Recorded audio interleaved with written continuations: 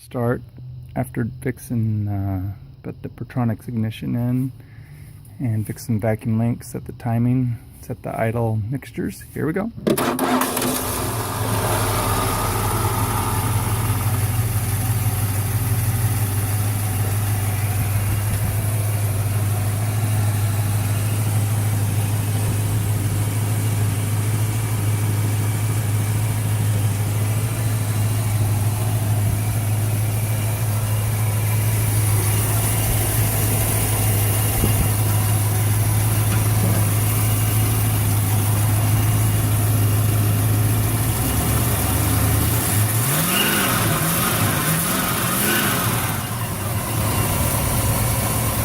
I did find out that Vacuum Advance on the distributor has no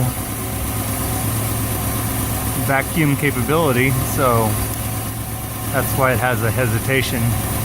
But it is running better. It doesn't seem to want to die as much at each stop. So anyway, that's it. Pretty happy so far.